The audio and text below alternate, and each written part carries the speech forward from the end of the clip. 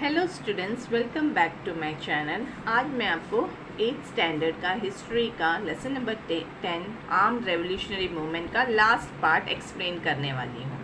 तो पहले वाले मेरे वीडियोस में आपने देखा होगा, मैंने गदर मूवमेंट के बारे में सब एक्सप्लेन किया था।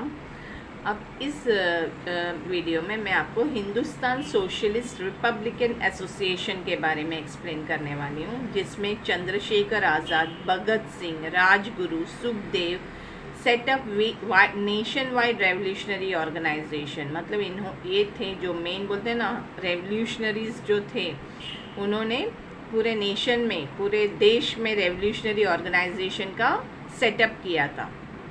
1928 meeting was held at Feroz Shah Kotla Delhi में।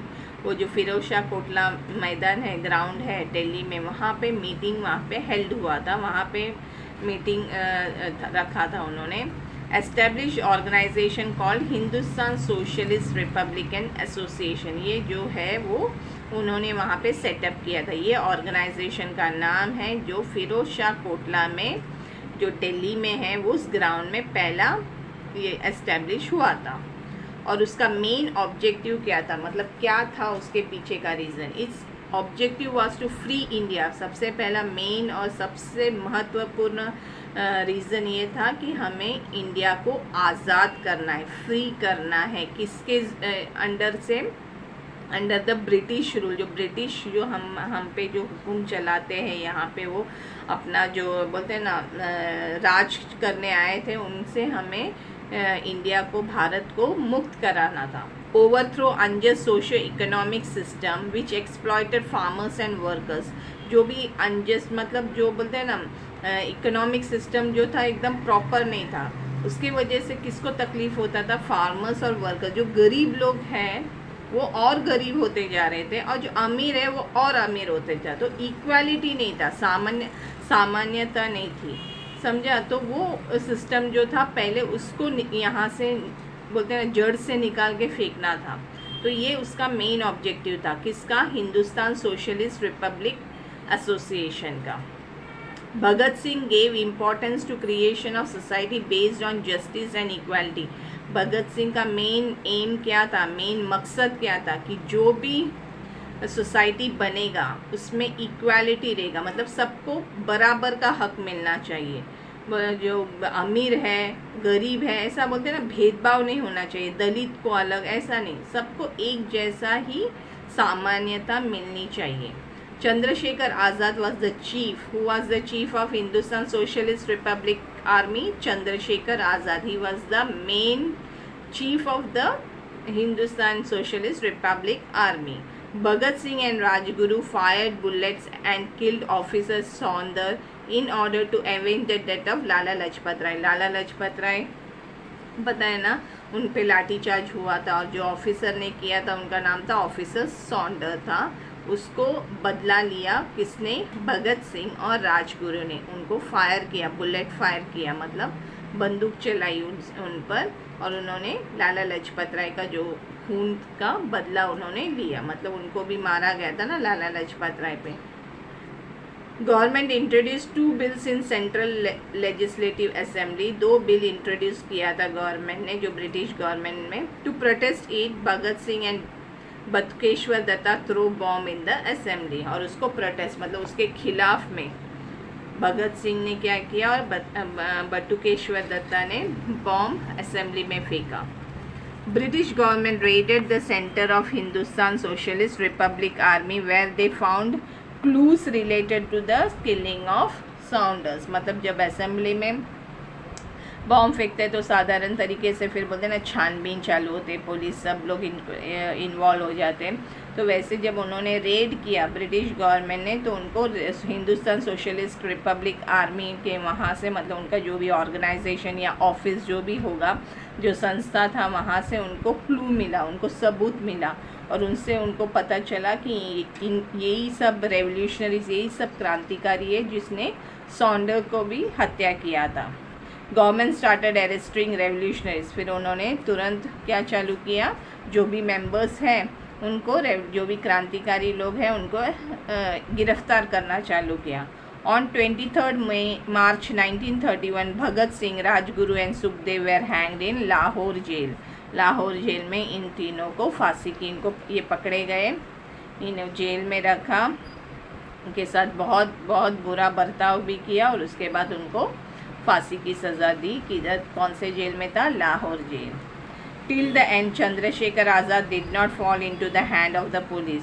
जितना हो सके अंत तक चंद्रशेखर आज़ाद ना पुलिस के हाथों में नहीं आया। Later he died in an encounter at Alfred park in Allahabad. बाद में उनका पुलिस के साथ जो बोलते हैं ना मारपीट हो गई, मतलब वो हो गया, एनकाउंटर हो गया, उसमें पुलिस ने उनको मार डाला।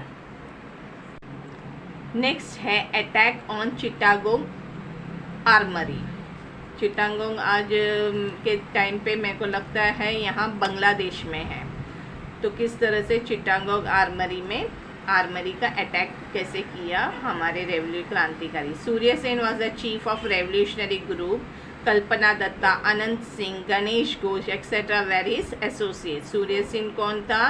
वो मेन चीफ था रेवोल्यूशनरी का, वो मेन चीफ था।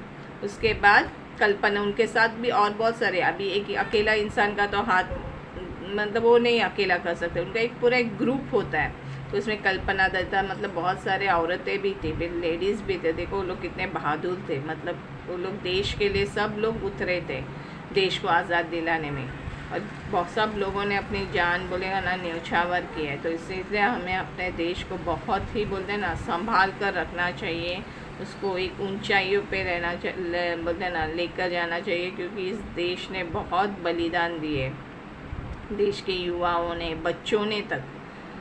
तो कल्पना दत्ता, आनंद सिंह, गणेश घोष, ये लोग सब उसके एसोसिएट थे। किसके? सूर्य सेन के। Surya Sen plan to attack the armoury.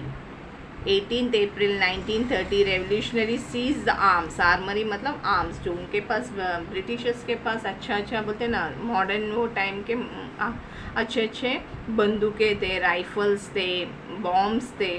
तो हम लोग ने प्लान किया कि उनका जो आर्म्स है वही हम ये करेंगे करके।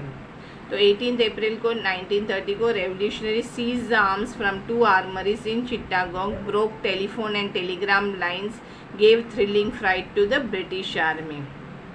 मतलब उनको एक बोलते हैं ना एक टफ फाइट दिया, थ्रिलिंग फाइट मतलब एक टफ फाइट दिया था। किसको? ब्रिटिशर्स को, ब्रिटिश आर्मी को एक अच्छा खासा टफ ये दिया, फाइट दिया था। On 16 February 1933, Surya Sen and some of his associates were arrested and given death punishment. 16 फरवरी को सूर्य सेन पकड़े गए, उनको फांसी की सज़ा सुनाई दी। कल्पना Dutta was sentenced to life imprisonment। तो उनको भी, कल्पना दत्ता को भी जेल में डाल दिया, उन्हें उम्र कैद की सज़ा सुनाई गई।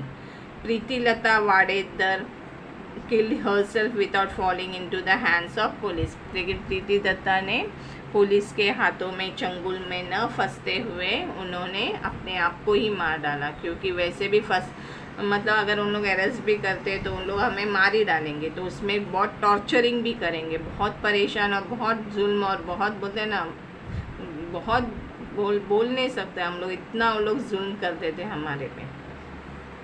शांति Ghosh and Suniti Chaudhuri, 2 school girls killed district जज। बच्चे भी निकले थे, देखो शांति घोष भी थे, सुनीति चौधरी थे, जो 2 छोटी छोटी बच्चियां थी, उन्होंने डिस्ट्रिक्ट जज को मार डाला। बीना दासे भी स्कूल की लड़की थी, shot dead the governor during convocation ceremony. Convocation ceremony जब होता है ना स्कूल में, लास्ट डे में जो सेरेमनी होता है उसको कॉन्वोकेशन सेरेमनी बोला जाता है। तो उसमें बीना दास, वो भी स्कूल की लड़की थी, उसने गवर्नर जो आया था उस सम्मेलन में जो गवर्नर आया था उसको उसने मार डाला। सरदार उधम सिंह किल Dyer in London 1940। Sardar Udham Singh ने डायर को मार। डायर पता है ना कौन है? जिसने जालियानवाला बाग में इतने सारे बच्चों को, औरतों को, आदमियों को मार डाला बिना कुछ बोलते हैं ना वार्निंग दिए हुए। वो जालियानवाला बाग मैसेकर तो सबको याद है आज भी, फिल्म सब हम देखेंगे तो उसमें भी वो सब सीन दिखाया जाता है। तो उसमें सरदार उधम सिंह ने उसी ऑफिसर को मार डाला। कहाँ पे? लंदन में 1940 में।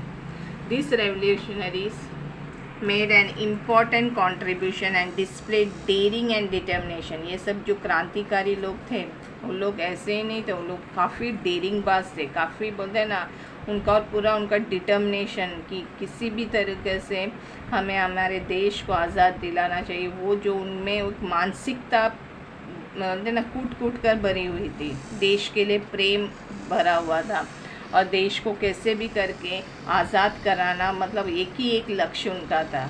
सब लोग ने मतलब जब उन लोग इसके लिए निकले थे तो लोग अपना घर परिवार बच्चे पत्नी सब छोड़ छाड़ कर इसके लिए निकले थे और उन्होंने अपने देश के लिए आज़ादी के लिए उन्होंने अपनी जान तक दी। While fighting against the British, मतलब उन्होंने अपना डेयरिंग को दिखाया, अपना डिटर्मिनेशन दिखाया। Their love for the nation and attitude of sacrifice proved to be inspiration to all the Indians। मतलब हमारे लिए वो एक इंस्पिरेशन है। उनको देखना, उनसे कुछ सीखना बोलेगा तो किस तरह से देश से प्यार किया जाता है। सब कुछ भूल कर उन्होंने जिस तरह से होते हैं ना, सब अपना कंफर्ट जोन से बाहर आकर अपना गृहस्थी माँ बाप बूढ़े सब होंगे, उनको सब छोड़ छाड़ कर जब उन लोग निकले थे देश को आज़ाद दिलाने के लिए, तब उन्होंने अपनी जान की तक परवाह नहीं की थी। बिना अपना पूरा पता है ना सुखी संसार छोड़ के वो लोग इसके लिए निकल पड़े थे। तो ऐसे में हमें हमेशा उनको एक सैल्यूट करना चाहिए। वैसे भी हम लोग करते ही हैं, हमारे लीडर्स को उनका बोलते हैं ना बर्थडे ये रहता है, बर्थ डे होता है तभी भी हम सेलिब्रेट करते हैं। जब उनका बोलते हैं ना डेथ का रहता है तभी भी हम लोग मौन ये करते हैं, दुख होते हैं। तो ये सब है। तो यहीं पे ये लेसन चैप्टर ख़त्म हो जाता है।